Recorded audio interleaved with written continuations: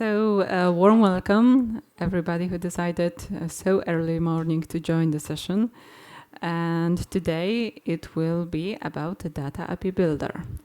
And we will have a look how to manage your REST, your database using REST APIs and the other techniques just a bit. My name is Natalia, and I'm currently working at SII as Senior Software Engineer. After work, I'm a mom of a 4-year-old son, and I have 2 adopted bunnies. My passions in general are about the data processing and APIs, just to play a bit with them in my free time. And evenings, well, mostly evenings, is data community. I'm the person responsible for speakers here, and mostly if there is something in agenda and SQL Council related, I'm the person who does that. And probably you might know me from Huva messages here.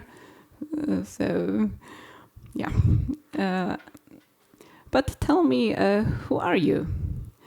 I'm very interested. Who from you joined yesterday's party? Just grab your... Oh, not much of you. Was it fun?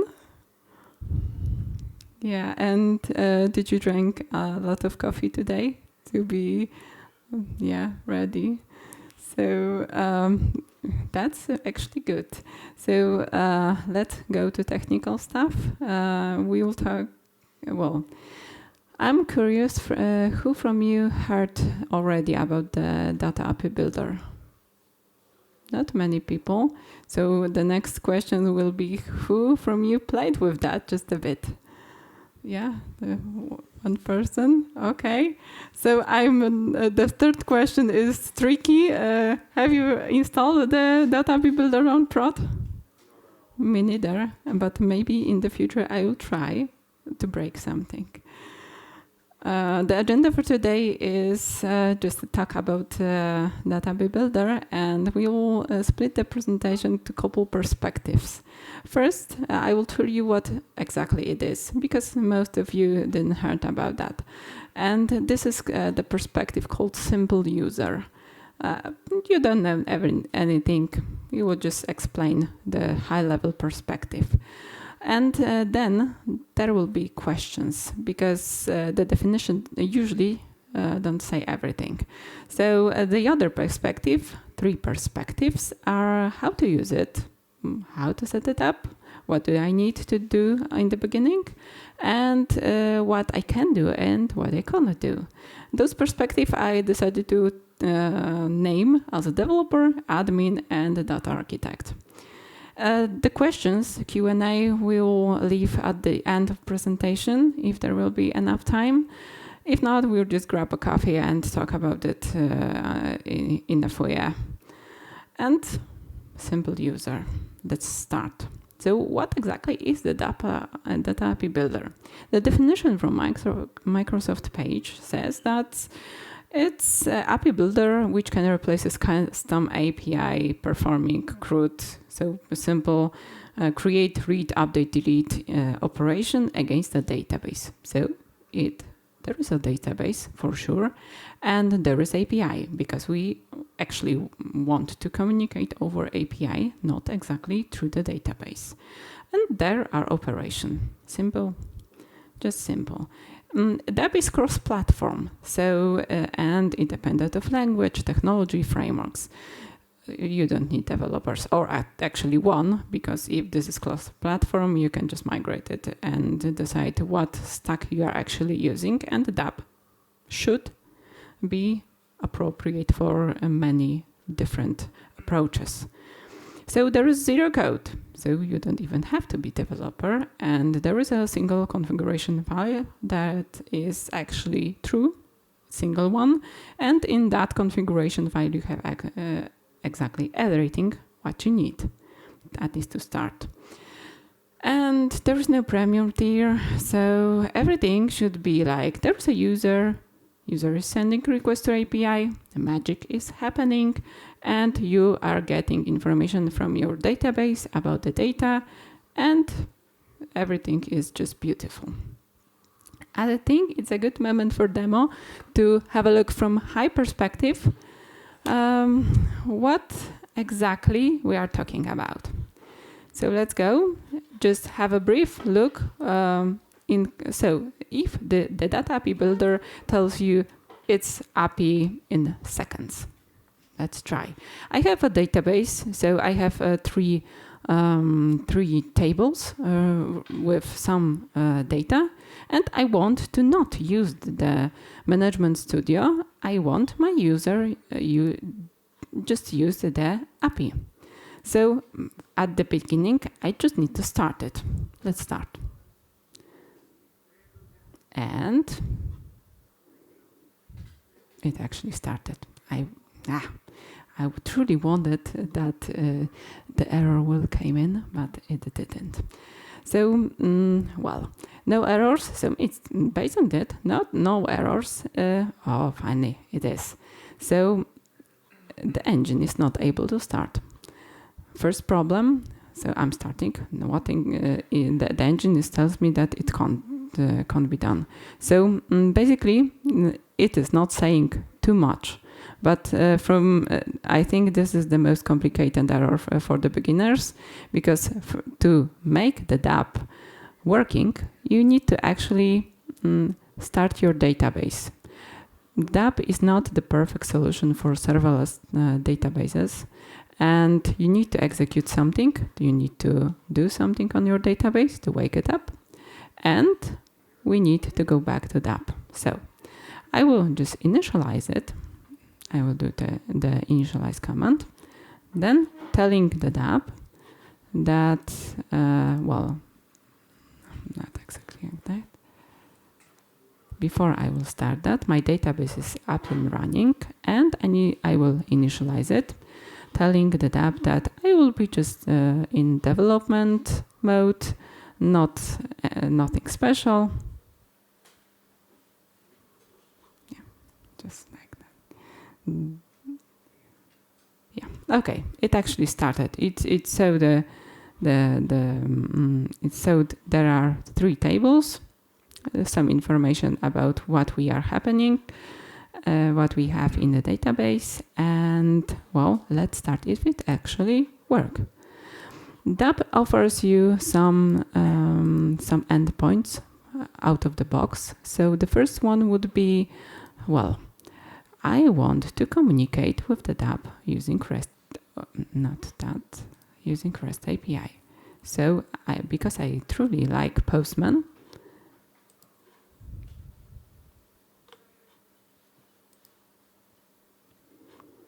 I will go to Postman and ask for, let's have a look on keynotes, because I know that there is a table informing about the keynotes from SQL Day from last year's. There's a get, and it looks like it just returned information. We have 7 keynotes, because it's only from a couple of years previously. There are some headers telling me that what exactly request was that. So nothing so complicated, but the data are available. So I don't need install the Management Studio anymore, it looks like. What about the other endpoints available for simple user? For DAP offers, for example, Swagger. Do you know Swagger? So Swagger is also out. We have auto-generated basic commands which allow me as a simple user communicate with my entities, like keynotes, like workshop. So I don't need to know that many details about how to do the REST API, etc. I have everything on my table. A lot of information how everything looks like. But there is more. There is GraphQL, which allows me not only communicate using the REST API, so not only Postman, which basically can be just done over this request using a GET method over HTTP protocol. I could just send this request not using only Postman, but a lot of other languages. Postman is that tool that I truly like it, because if you don't have inspiration, if you don't have knowledge, you can just go and select the other language, and Postman will support you with using the appropriate start point, how to execute my request to make it work. So there is a REST communication with my database. There is Swagger. There is GraphQL. I truly want to ask for keynotes, but that perspective needs a lot of details. That's why I would like to go to developer approach and developer questions, and we will go deeper through the presentation. So it looks like it works. I was able to use REST API. I was able to see my data from the table. Not that bad. And well, this is a good moment to actually ask questions, because simple user told, yeah, that's perfect, it's working. And when you decide to go to your customer or your colleague developers and tell, yeah, that's our choice. It's not always the best idea. First, just think and ask questions: what can go wrong, and what have you considered before you even start with actually any tool you decide to use. So the definition. Let's go back to definition from the simple user. There is API Builder, custom API performing CRUD on any database, but what actually database are supported?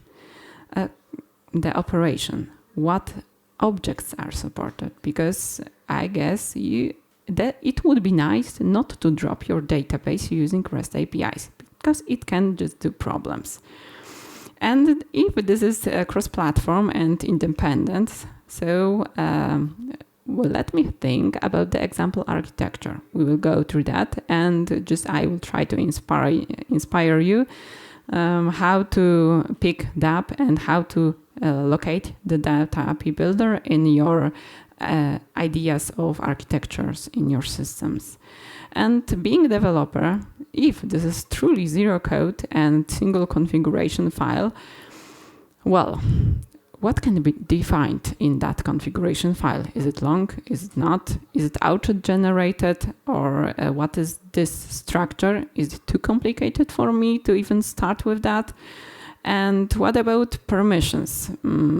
Well, I guess in your real project, it is always about that.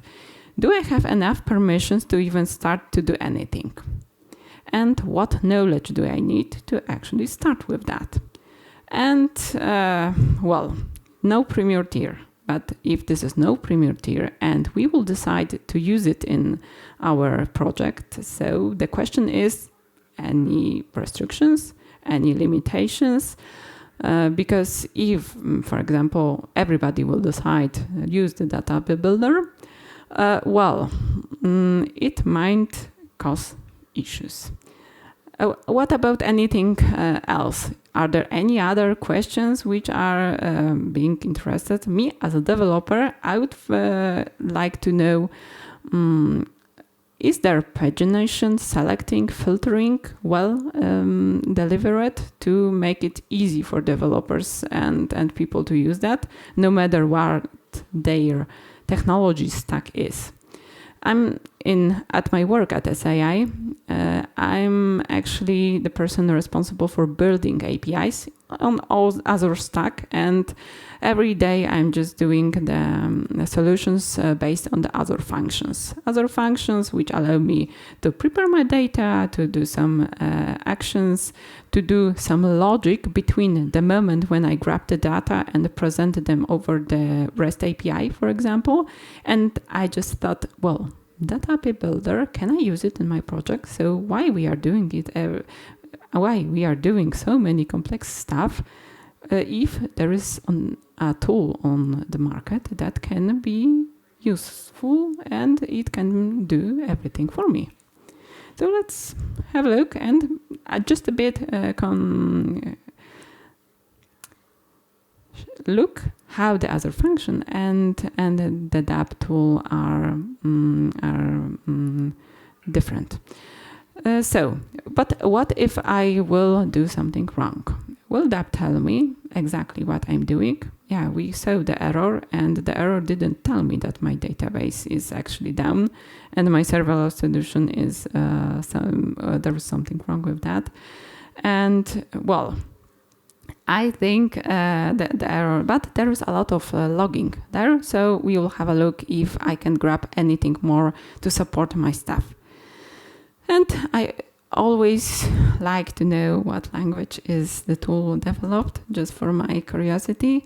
And I just will see what language is the DAP developed.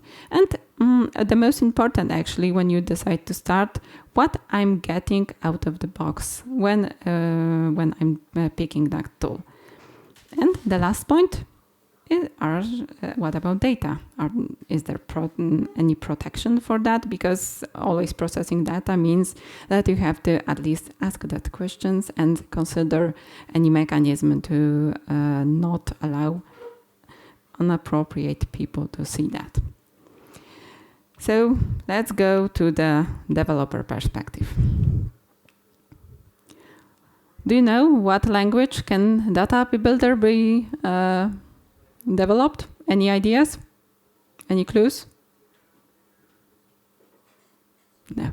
So it is basically C# because if it's Microsoft, it is open source, but it is Microsoft related technology.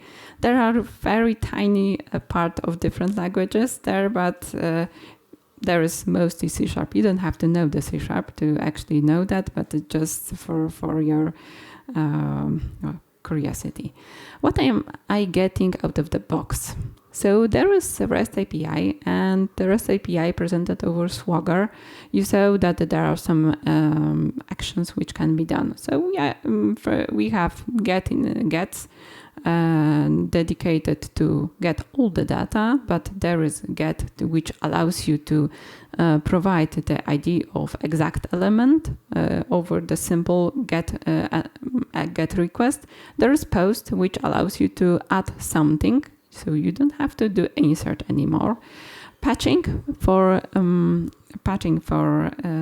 doing changes if you decide that the thing you created is not good enough, and deleting operation to just drop the element from the database. OpenAPI and Swagger, you don't have to, based on that tool, you don't have to write your YAML and define the OpenAPI. I'm just spending, at my work, I'm just spending a lot of time to build the well-prepared OpenAPIs and the documents for the other teams to inform them what exactly they can do with my REST API. So here it is auto-generated. Swagger is giving me the place where I can play with simple elements, and I don't need to have any specific knowledge to actually do that. There's GraphQL,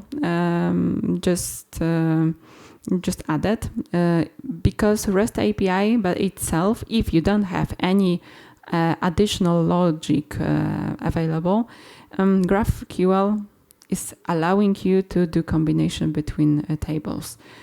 The rest is not like that. You are just grabbing one single table and can show data from that.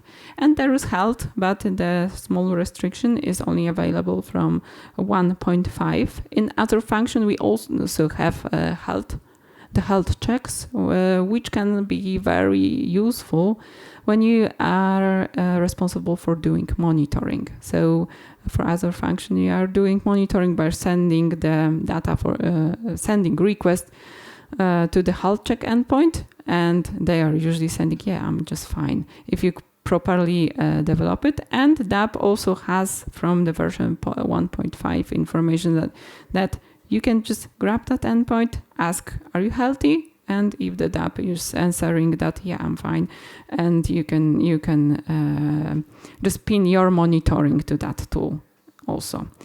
And well, there is not much code, not extra wiring to set it up, at least the basic stuff. So next question will be, what can be defined in the configuration file? The configuration file is in general very, very big. So the most important elements are just giving some information about where is my data source, what runtime elements needs to be set it up, like do I want to REST, do I need to GraphQL endpoints, and the entities. Let's have a look on the real DAP config. Because the slide version is not that interesting. So there is, of course, information about data source, when you can provide the information what the database actually is. So I would never recommend you to just paste here the connection string, because information about your user and password, just provide it using any other variables and hide it somewhere. In perfect world, maybe in the keyboard, but at least export it to the different file and hide it very, very good.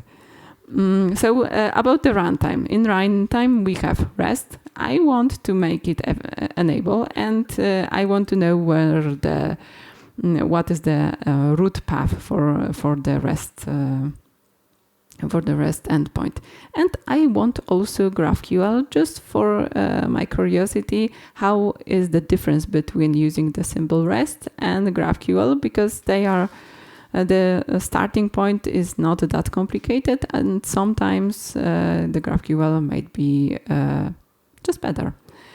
And information about entities. Every entity means, in my case, the table. So I have 3 tables. I have 3 entities.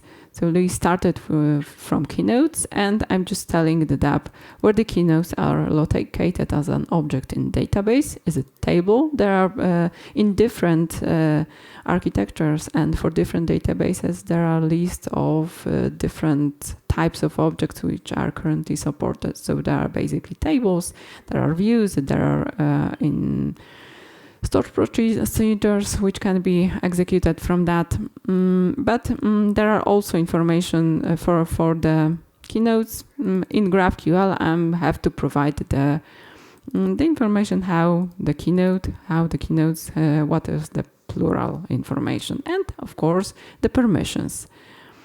So I'm just adding for the beginning everything in my initial definitions, and I need to include all fields which I want to share to the users.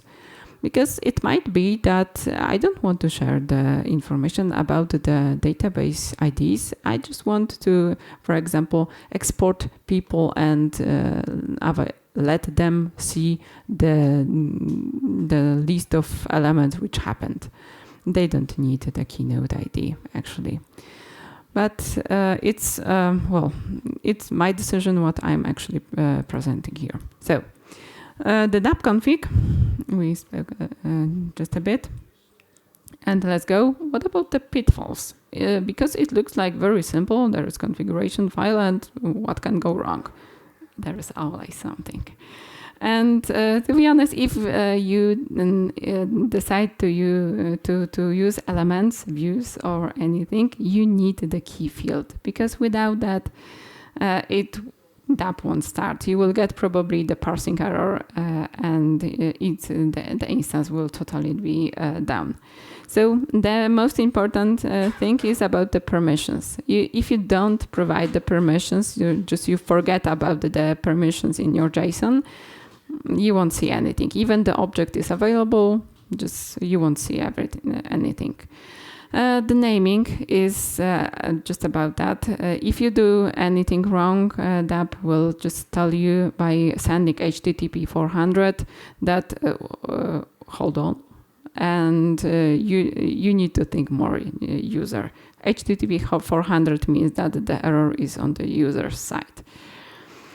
And there are some things about the routing and the configuration, like you can't route two different entities and two elements and just route them to the same point, because you will go to the root collision. And remember source, so tell where your database is, and permissions are mandatory. Without that, you can't do anything. But all the other stuff like fields and the allowing some endpoints is just up to you. And wake up your database first if you are using the serverless solution. Because you will get such a funny error as I received in the beginning, that hosting is not able to start, and well, you will definitely not get information about that your serverless database is down. The other question would be, okay, do I have to do the whole file alone? Because there are for sure examples over the internet, but maybe the people are sometimes lazy. They don't have enough knowledge to do the JSON properly. So yes, it is auto-generated, but only partially. So you can get the part of elements, but there is no magic for everything, right? The magic is that the API Builder is serving you a lot, but you have to do at least something to make it work. So how to start with that? I did it in the beginning because I needed to make it up and running. So you need a couple commands, not much commands, but there is DAP init. You need to tell actually what kind of database are you using. So in my demo, I'm using the Microsoft SQL serverless. And you need to tell what kind of host mode are you planning to run. Because there is development, but you need to consider to use DAP over the other environments. Like you can have development, tests, QAs, and of course production. And for production, some points are would be not good to use. Like for example, Swagger. Because playing on production and testing on production is never good stuff. So there are two options to add elements to that, because when you init it, you will get just a simple file without the definition of entities. Entities, so your tables, for example, in your database. There are two elements to do that, two ways to do that. DAP allows you to use command line and just add your information about the source, so the name of table, and source and permissions, as I told before. And permissions, if for my current user, I will be able just to read or do everything. If I will not provide it, the entities will be not added. But there is one other way. When the file will be generated, you can just go to any source of inspiration like ChatGPT and tell, help me generate the JSON, because I have those tables, and when the file will be generated, you are just taking the information from your well-prepared JSON and you are just pasting the information there. So the worst thing which can happen, your JSON will be wrong, and you will get the information that it can't be parsed over the and the DAP can't be started. Remember always that DAP config JSON needs to go to Git or any other version control, because with 3 entities, it's not that bad. But if you have to map your quite big database, the file will be definitely longer. And the last command, just upstart, and that's it. The instance will be available. Let's go to the next questions. There are actually 2 which are not easy to be shown on the slide, just on that. And what about pagination, filtering, selecting, and what can go wrong? Maybe we will be able to crash the DApp during the session. We will see. So let's play with that just a bit, because I want to at least see, well, if there's a CRUD and I'm able to select the data, and for example, I want to select my sessions. So keynotes are available, sessions are available. But I know that in previous editions of SQL Day, there was a lot of sessions available. So Data API Builder by default in my configuration has information that the page is only 100 elements. So I see only the first 100 sessions. And what about the others? So I know that there is a pagination supported. How to use it? So the selecting is possible. The pagination should be also supported if there are more elements than my defined amount of elements dedicated to the one page. So every time when you have more elements, you will get information, additional information about the next link. Over the REST API is extremely easy. You are just clicking on that when you are a manual user or using another tools. You are just grabbing that information and executing the request, the GET request again. And the next page will just provide you the next page of elements. They are by default sorted over the ID defined, so nothing as easy. But what about if there is, will I get always that information about the next page or not? Yeah, not every time, because if my sessions has a lot of entries, but for keynotes, which is a very small table, I will not get that information. So for you, if you want to support as a developer pagination, first of all, you are checking if the tag is available in your response, from at least from the REST perspective. If that tag is available, you are just asking for more. So the pagination is supported, at least at REST. What about the selecting? You see. What about the filtering? Well, filtering is of course, if I would like maybe to get only the first element. Oh, but request. What can go wrong? So, if I don't know what exactly to do, there is always Swagger. You don't have to analyze it, and you don't have to need to have that much knowledge to actually do that. There is always information about OpenAPI which can support you with getting information, how to ask, what are the paths which can be used. So there is API, there are sessions, which I just used Keynote. Let's have a look on Keynotes. Yeah, so for Keynotes I know that, and now to get exact Keynote I need to ask that I need the Keynote ID, and that link should be correct right now. So the filtering is supported. Pagination also. And what about the additional headers? Oh, there is MS correlation ID. So what can I do with that?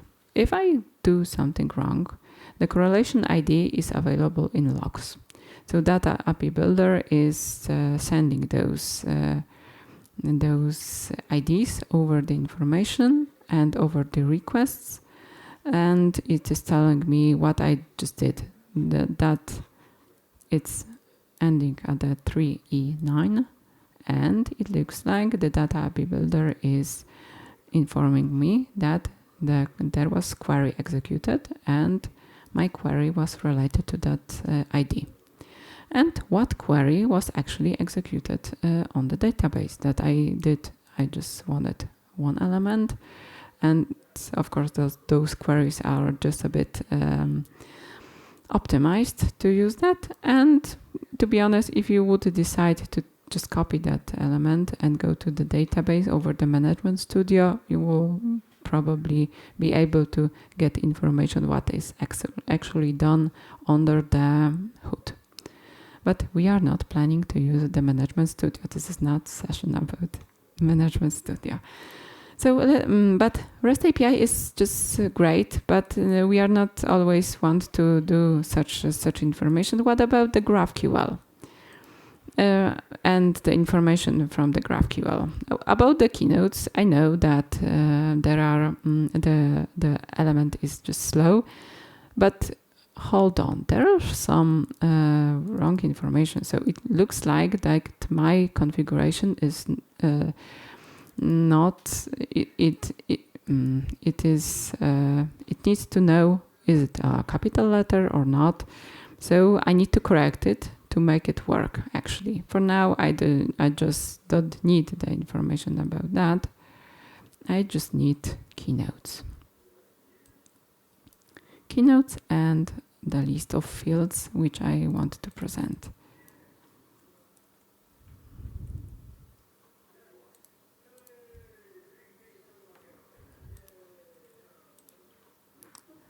So the keynote is mapped because when I have a wrong entity, you have to be careful always when you try to correct something.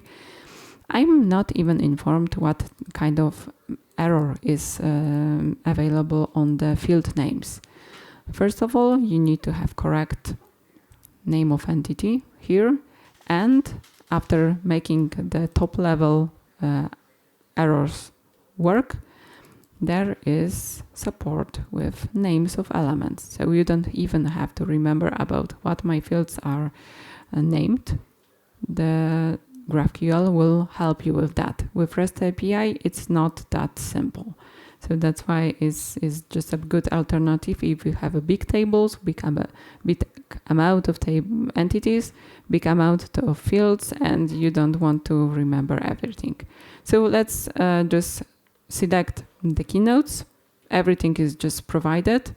Keynotes doesn't have any information about paging here because there is only single one page. What about the sessions? How the result will differ from that? Sessions, I get information that well, the ID is wrong. Let's correct those fields. And there are sessions, 100 elements. Let's go here. And no information about the pagination. What is wrong? There are additional stuff like presenting end cursor and the tag. Do we have next page? And based on that flag, you can build your tool. When you are developer or developing the tool using Python or using any other language, you need the information, the easy information. How can I grab information that there are more data? By adding this has next page, I can just get information about do I have more elements or not. For keynotes, let's go back for a moment for keynotes.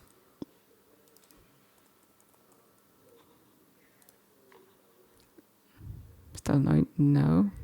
Oh, something went wrong. And the flag will be also available, but with information that there are no data, just false. But pagination is not only about just grabbing that there are additional elements.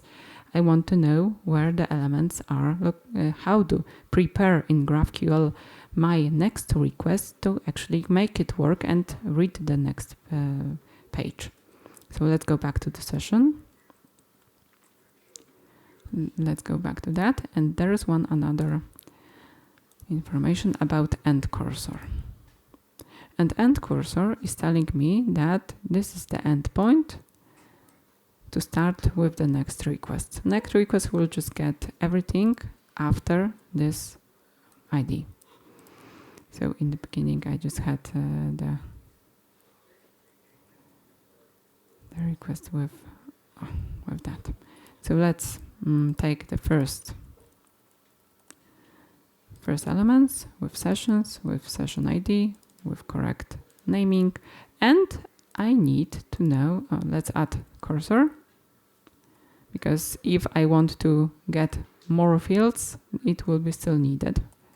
And has next, the order of fields, it doesn't matter, it's just JSON. And after, I need to provide the ID which I received in the end cursor of my previous page. It worked. It's just last, so it's providing me the next 100 elements, and at the end of my result, I get another cursor, and I will use it.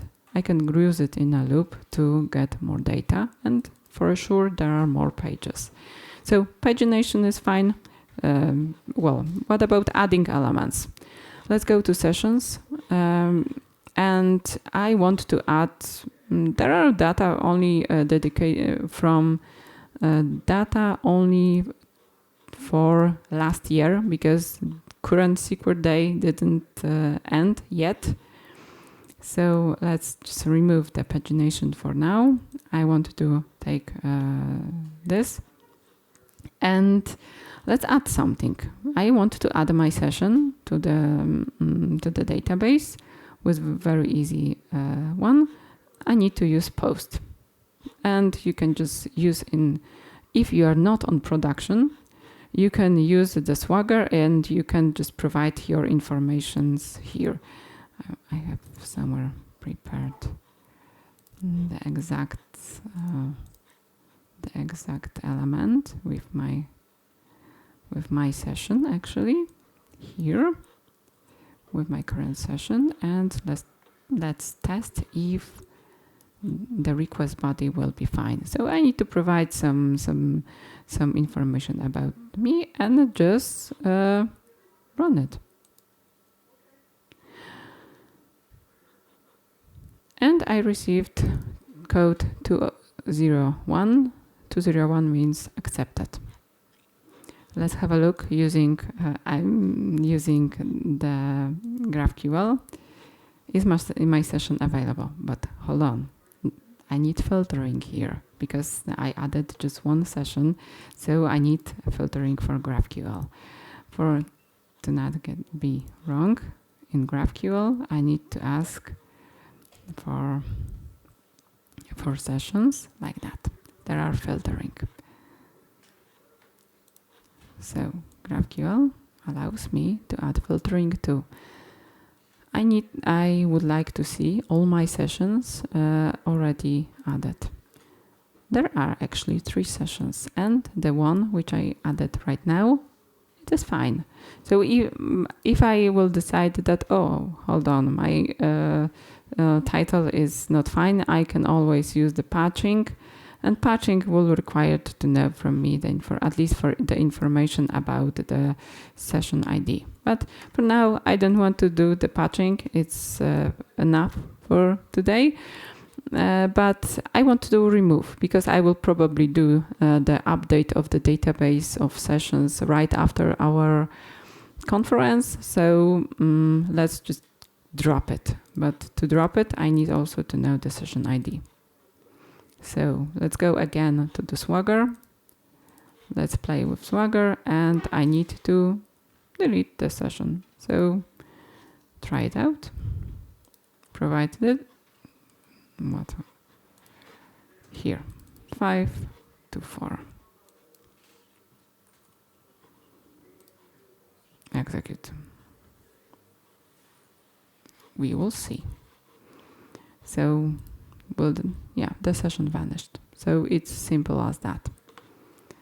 So let's go to the presentation, and because there are some slides more from the admin perspective and from the other, from the data architect. So what actually permissions do I need to know? It depends, of course, what approach you are planning to use. If you are using Azure, you need to at least the resource group contribution or higher, to be resource group contribution higher. For the database, when you are trying to add the data or do something more on your database, you need to be able to write, of course, or do any other stuff. For my demo, I decided to install everything on Azure virtual machine. So I needed to have the .NET tool, and Data API Builder is just an element which can be installed on your .NET tool. There is a command like .NET tool install and the module from Microsoft, and just that's it. If I will take that command, one more thing on the demo, there are two commands which can be done regarding the installation in the beginning. When you are doing that for the first time, you just need to install and tell that you are planning to install Data API Builder. If you want to do updates, you are just going to your DApp and stop the instance, and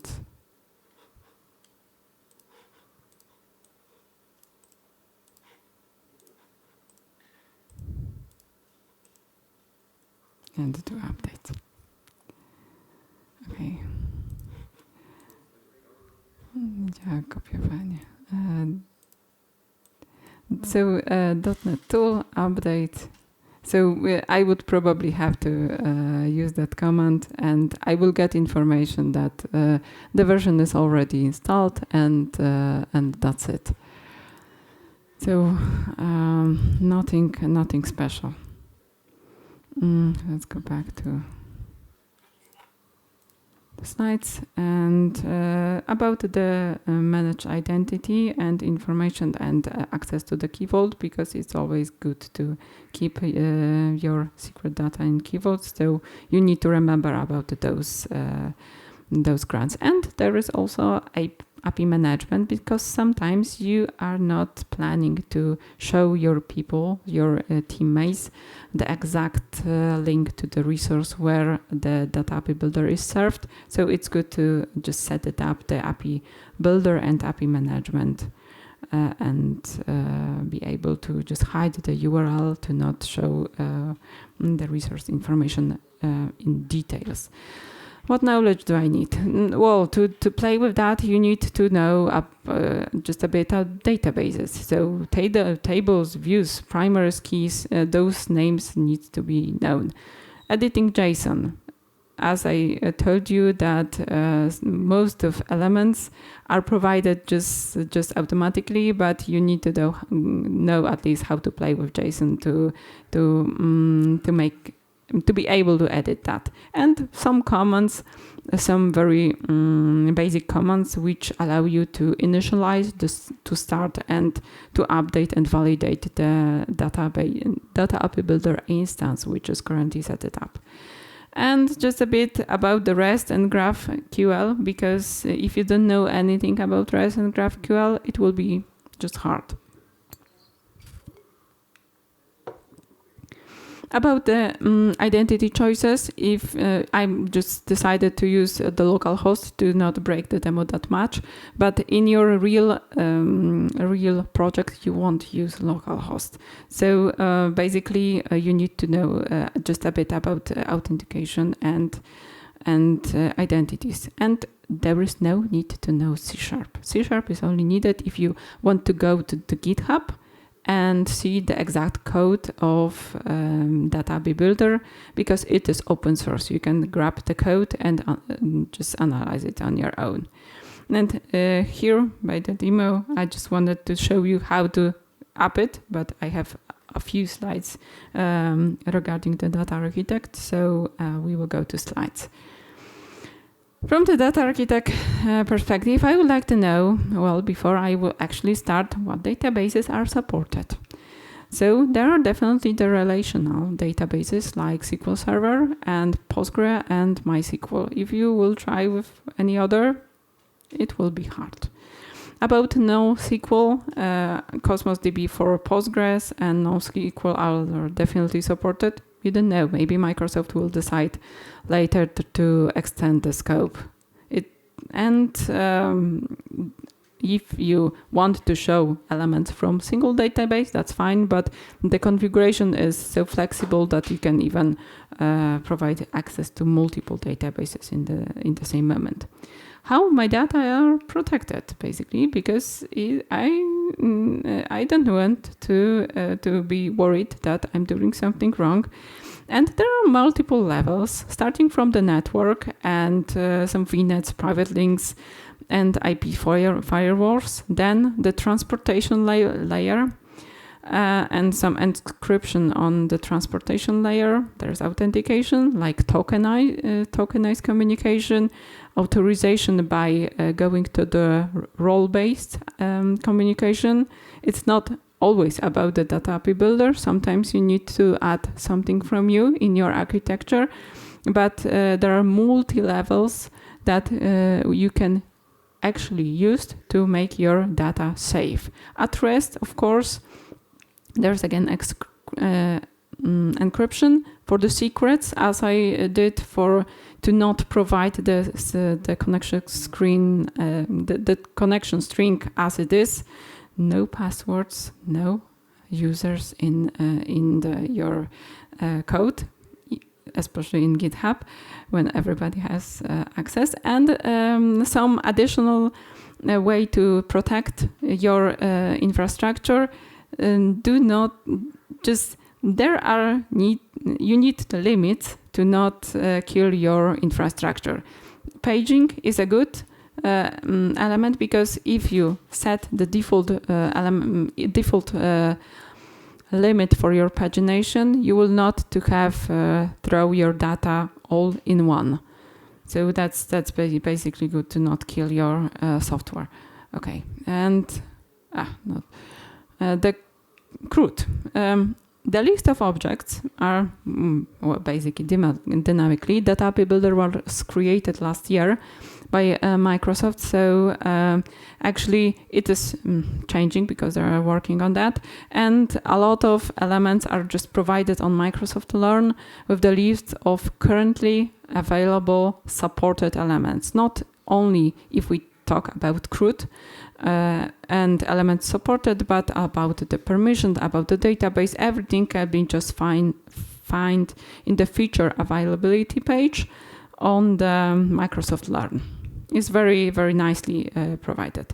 And what about the architectures? So if we decide DAP is fine, just fine. The architecture which I've started to make the demo very simple contains the DAP container and Azure SQL Serverless Database set up on the virtual machine. But it's not always the best choice if you have a bigger project. So we can always use the Kubernetes and just set the DAP API, DAP container there. And again, set up your connection to the database over there and make it available not only for demos like SQL Day, but what about the database? I don't want to use the SQL server. I need to use Cosmos DB for Postgres. I can change it, no problem. In that, it's flexible. What about the other elements? If I decide to stay with my database and DAP container, but I want to serve the data over the web page, set up like Azure Static Web Apps. So it is also possible, but you need to definitely remember about additional authentication for sure, to not give access to your data over the website to everything what you have in your database. But it's not only about the database. If the requests database would in your code send information as a request to DAP container, but those requests can be sent from multi other tools like Power BI, for example, like ADF. It doesn't matter. You can even use the curl, and you can even use Informatica for that. It should work. And of course, remember that there is additional API management because your resources in Azure Stack has usually long URLs, and those URLs are telling too much about the resources. That's why you have API management, where you can map your long URL and give something to your user which is easily to remember, or it will not provide too much information about that. About the restrictions, there are some definitely limitation of objects. Not in every database everything is supported. There is information about what kind of environment are you using. So for development, you can play with everything. But if you decide to play with your production banana cake pub, so the tool which is provided as a GraphQL console, is available only on development, and there is Swagger. We don't want to let people play on production with Swagger. It's not a good moment. It's not a good idea. And the naming, you have some definitions about naming convention which can be used or not. And you have to remember that if you decide for the DApp, no business logic there is no place for business logic. You don't have to know C#. You don't have to know any other language, but there is a limitation. You are not allowed to add your code and your business logic there. So let's go to the summary. There's always a bright side and dark side of the tools. So DApp in general is serving about just API in minutes. If you want to do API and you have no idea how to start and what needs to be done, and you truly want to provide that beautiful Swagger on top of your tables, the DApp is just perfect.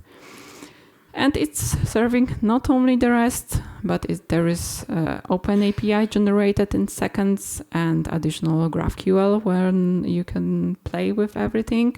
And additional tools like caching, telemetry, and row-level security are provided. But there is also dark side. So as I told you, there is no business logic there which can be added. Nor good.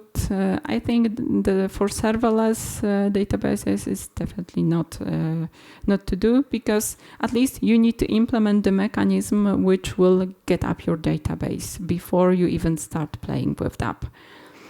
And even if it's zero code, you can play with that, but you need to have first just a bit knowledge about the whole infrastructure you are allowed to use. Without, it doesn't make sense. And basically, that's it. Thank you for today. Hopefully, you will use that.